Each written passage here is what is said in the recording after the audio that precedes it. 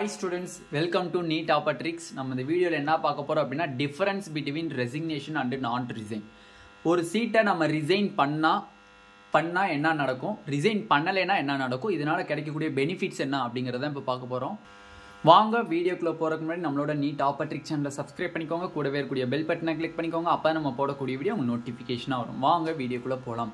First of all, எக்கச்சக்கமான students and பேரண்ட்ஸ்க்கு தமிழ்நாடு நடத்தக்கூடிய MBBS round 2 counseling ஆன full guidelines தெரியாம இருந்துச்சுனா கீழ description boxல WhatsApp group link இருக்கு, அதை கிளிக் பண்ணி 299 rupees பே பண்ணீங்க அப்படினா உங்களுக்கு full guidelines up to காலேஜுக்குள்ள போற வரையுமே தருவாங்க.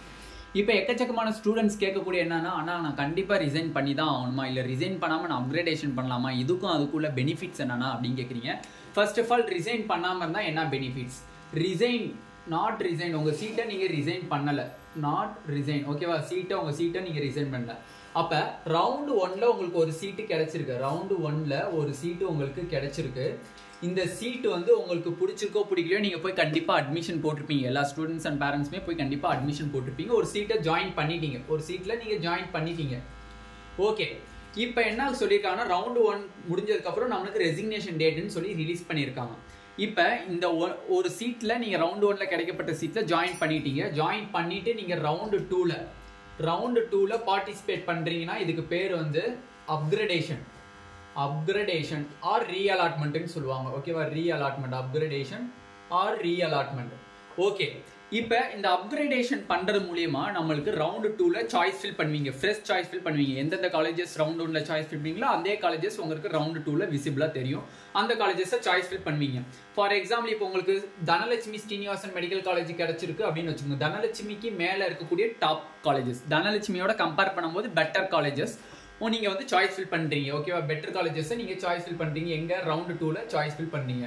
சப்போஸ் உங்களுக்கு ரவுண்ட் 2ல ரிசல்ட் அன்னைக்கு பாக்குறீங்க, ரவுண்ட் 2ல நீங்க சாய்ஸ் ஃபில் பண்ணதுல உங்களுக்கு ஒரு காலேஜஸ் அலாட் ஆயிடுச்சு அப்படின்னா ரவுண்ட் 1ல இருக்கக்கூடிய சீட் ஆட்டோமேட்டிக்காவே கேன்சல் ஆயிரும்.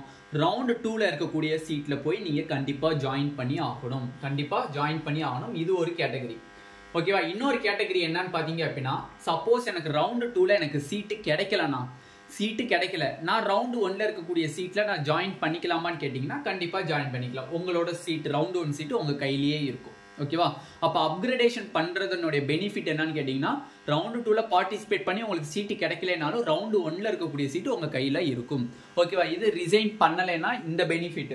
ஓகே, நான் ரிசைன் பண்ணா என்ன நடக்கும் அப்படின்னா, ரிசைன் பண்ணிட்டீங்க.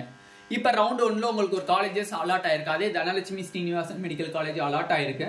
பட் ஃபீஸ் காரணத்தினாலோ இல்லை ஏதாச்சும் ஒரு காரணம் இருக்கும், உங்களுக்கு ஸ்டூடெண்ட்ஸ் அண்ட் பேரண்ட்ஸ்க்கு ஏதாச்சும் ஒரு காரணத்தினால எனக்கு அந்த காலேஜஸே வேணாம், எனக்கு சப்சிக்வெண்ட் ரவுண்ட்லேயே எனக்கு வேணாம், அதில் நான் படிக்க விரும்பல அப்படின்னீங்கன்னா நீங்கள் அந்த தனலட்சுமி ஸ்ரீனிவாசன் மெடிக்கல் காலேஜை ரிசைன் பண்ணுவீங்க. தனலட்சுமி ஸ்ரீனிவாசன் மெடிக்கல் காலேஜஸை நீங்கள் ரிசைன் பண்ணுவீங்க. ரிசைன் பண்ணிட்டு நீங்கள் ரவுண்ட் 2ல பார்ட்டிசிபேட் பண்ணுவீங்க. இந்த மாதிரி ரவுண்ட் 2ல பார்ட்டிசிபேட் பண்ணி அதே மாதிரி சாய்ஸ் ஃபில்லிங் பண்ணீங்க. தனலட்சுமியை தவிர மற்ற எல்லா காலேஜஸ்மே சாய்ஸ் ஃபில் பண்றீங்கன்னு வச்சுக்கோங்க. இல்லை தனலட்சுமியோட பெட்டர் காலேஜஸ் சாய்ஸ் ஃபில் பண்றீங்க. சப்போஸ் ரவுண்ட் 2ல உங்களுக்கு நீங்க ஃபில்அப் பண்ண காலேஜஸ்ல உங்களுக்கு சீட்டு கிடைச்சிருச்சுன்னா நோ ப்ராப்ளம், எந்த ஒரு ப்ராப்ளமே கிடையாது. ரவுண்ட் 2ல அலாட் ஆன காலேஜில் போய் நீங்க ஜாயின் பண்ணிடலாம். சப்போஸ் சீட்டு கிடைக்கலனா, எனக்கு ரவுண்ட் 2ல நான் சாய்ஸ் ஃபில் பண்ணதில் எனக்கு சீட்டு கிடைக்கலனா இப்போ நான் என்னென்ன பண்றது அப்படின்னா, உங்களுக்கு ரவுண்ட் 1ல நீங்க ஆல்ரெடி சீட்டை ரிசைன் பண்ணிட்டீங்க. இப்போ ரவுண்ட் 2லயும் உங்களுக்கு சீட்டு கிடைக்காதனால ரவுண்ட் 1ல இருக்கக்கூடிய காலேஜில் திருப்பியும் போய் உங்களால சேர முடியாது. எதனாலன்னு கேட்டீங்கன்னா, நீங்க ரிசைன் பண்ணிட்டீங்கன்னா சீட் எனக்கு வேணான்னு சொல்லிட்டு நீங்க ரெசிக்னேஷன் லெட்டரை கொடுத்துட்டு வந்துட்டு தான் நீங்க ரவுண்ட் 2ல பார்ட்டிசிபேட் பண்ணிருக்கீங்க. ரவுண்ட் 2ல சீட்டு கிடைச்சிருச்சுன்னா நோ ப்ராப்ளம், ரவுண்ட் 2ல சீட்டு கிடைக்கலன்னா ப்ராப்ளம் ஆயிரும். நீங்க அதுக்கப்புறம் மாப்-அப் ரவுண்டுக்குள்ள தான் போகணும், மாப்-அப் ரவுண்ட் கவுன்சிலிங்குள்ள தான் போகணும். ஓகேவா? மாப்-அப் ரவுண்ட் கவுன்சிலிங்குள்ள தான் நீங்க போக முடியும். சீட்டு கிடைச்சிருச்சுன்னா நோ ப்ராப்ளம், சீட்டு கிடைக்கலன்னா நீங்க மாப்-அப் ரவுண்ட் கவுன்சிலிங்ல பார்ட்டிசிபேட் பண்ணணும். அப்ப பெனிஃபிட் என்னன்னா, ரெசிக்னேஷன் பண்ணல அப்படின்னா அப்கிரேடேஷன் பண்றீங்கன்னா உங்களுக்கு சீட்டு கிடைக்கலையோ ரவுண்ட் 2ல ஃபர்ஸ்ட் ரவுண்ட் சீட்டு உங்கள்கிட்ட கையில ஹோல்டு பண்ணி வச்சிருக்கீங்கன்னு ஒரு தெம்பு இருக்கும். நெக்ஸ்ட் ரிசைன் பண்ணிட்டீங்க அப்படின்னா இங்கிட்டா அங்கிட்டா அப்படிங்கிற மாதிரி ஒரு ரூல்ஸ் ஆயிரும். ஏன்னா ரவுண்ட் 2ல உங்களுக்கு சீட்டு கிடைச்சா நோ ப்ராப்ளம், ரவுண்ட் 2ல உங்களுக்கு சீட்டு கிடைக்கலன்னா ரவுண்ட் 1 சீட்டும் உங்களுக்கு வராது, ரவுண்ட் 2லயும் சீட்டு கிடைக்கல, அப்புறம் நீங்க மாப்-அப் ரவுண்டுக்கு தான் போற மாதிரி இருக்கும். அப்ப இந்த ரெண்டு இதுல ரெசிக்னேஷன் அண்ட் நாட் ரிசைன் பண்ணல, நான் ரெசிக்னேஷன் பண்றதா நாட் ரிசைன் பண்றதா அப்படிங்கிறதுல இதுல மேக்ஸிமம் ஸ்டூடெண்ட்ஸ்க்கு குழப்பம் இருக்கும். இதில் என்ன பெனிஃபிட் அப்படின்னு பார்த்தீங்கன்னா மோஸ்ட்லி எல்லா ஸ்டூடெண்ட்ஸும் அப்கிரேடேஷன் பண்ணிங்கன்னா கொஞ்சம் பெட்டராக இருக்கும். ஓகேவா, எனக்கு காலேஜே சுத்தமாக பிடிக்கலன்னா, எனக்கு அந்த காலேஜில் படிக்கவே விருப்பம் இல்லைனா அப்படிங்கிறது, எனக்கு அந்த காலேஜே விருப்பம் இல்லை, அப்பா அம்மா எனக்கு யாருக்குமே விருப்பம் இல்லை, அந்த காலேஜில் நான் படிக்கவும் மாட்டேன் அப்படிங்கிறவங்க மட்டும் ரிசைன் பண்ணுங்களே தவிர, இல்லை எனக்கு இந்த பெட்டர் காலேஜ் கிடைக்கலனாலும் நான் இதே காலேஜில் ஸ்டே பண்ணுறதுக்கு நான் வந்து ஓகே அப்படின்னீங்கன்னா நீங்கள் ரிசைன் பண்ண தேவை கிடையாது. தயவு செஞ்சு மோஸ்ட் ஆஃப் ஸ்டூடெண்ட்ஸ் அப்கிரேடேஷன் பண்ணுறதுக்கு பாருங்கள். ஏன்னா அப்கிரேடேஷன் பண்ணீங்க அப்படின்னா கண்டிப்பாக ரவுண்டு 1 சீட்டு உங்கள் கையில் இருக்குங்கிற ஒரு நம்பிக்கை இருக்கும். ரவுண்டு 2ல் சீட்டு கிடச்சிச்சுன்னா ரவுண்ட் 2 சீட்டில் போய் ஜாயின் பண்ணிக்கலாம். ரவுண்ட் 2ல் சீட்டு கிடைக்கல அப்படின்னா ரவுண்ட் 1ல் இருக்கக்கூடிய சீட்டில் நீங்கள் ஜாயின் பண்ணிக்கலாம். அந்த ஒரு நம்பிக்கை இருக்கும். ஓகேவா, அதனால் அப்கிரேடேஷன் மேக்ஸிமம் பண்ணிங்கன்னா கொஞ்சம் பெட்டராக இருக்கும் ரிசைன் பண்ணுறதை விட.